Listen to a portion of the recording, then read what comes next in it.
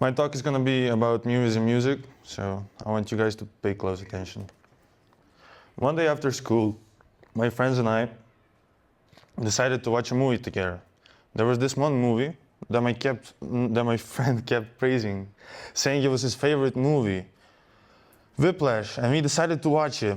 It was a good movie, and I didn't think much of it while watching it for the first time, until 2 weeks later, when I decided to rewatch it thoroughly and realized even the first scene went over my head. A young drummer sits alone in a dimly lit practice room, repeating the same rhythm over and over again.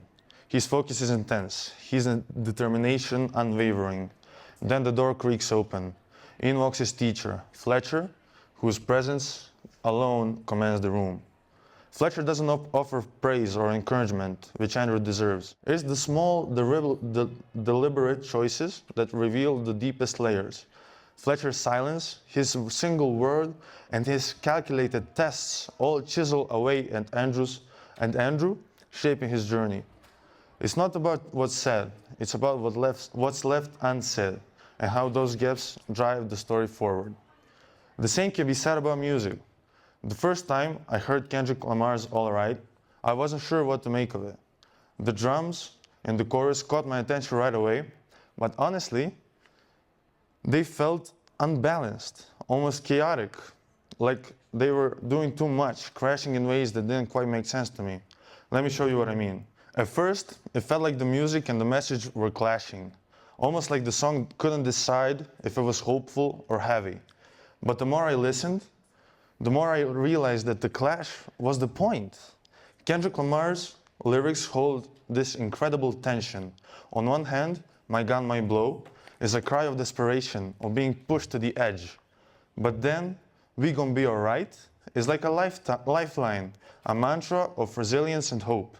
That contrast between despair and determination is the heartbeat of the song. And those chaotic drums, they weren't just a backdrop. They reflected the same tension, mirroring the messiness of life and the push and pull between struggle and survival. When I played the song again during a difficult time, it clicked. Those same drums that once felt too much became exactly what I needed. They reminded me that sometimes life feels overwhelming, like it is spiraling out of control. But even in the noise, there's a rhythm, a pulse that keeps you moving forward. And then there's the tss, tss, tss, tss, right after "We gon' be alright." It's almost like the song itself is catching its breath. That sound, so simple and understated, feels like a moment of clarity, a pause to process the chaos before moving forward. To me, it's like the rhythm of resilience, reminding us that even the hardest moments, there is still something steady to hold on to. It's Kendrick saying, yes, the struggle is real, but we're still standing, we're still breathing.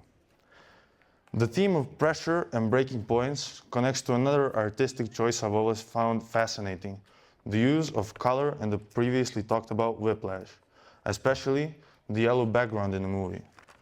Yellow is an interesting choice. It's bright, it symbolizes ambition, caution, and pressure at the same time. It's the color that dominates the space where Andrew spends hours pushing himself to the brink. It's a constant reminder of his ambition, but also the caution and pressure that come with it. The yellow walls feel like they're closing onto him, reflecting the psychological tension between him and Fletcher. Movies, music, stories. They're not just about what we experience in the moment. They're about what stays with us, what keeps whispering to us long after the credits roll or the song fades out. So next time you watch a movie or listen to a song, take a moment to notice the small, often overlooked details, how silence creates tension, how contrasting elements like light and dark or hope and despair work together, or how rhythm and tempo shift the energy of a scene. Pay attention to how these choices are designed to evoke specific emotions or convey deeper messages. These subtle techniques are what allow stories to stay with us long after the final scene fades or the last note plays. In these intricate elements, that is the true power where storytelling lies. Thank you, everyone.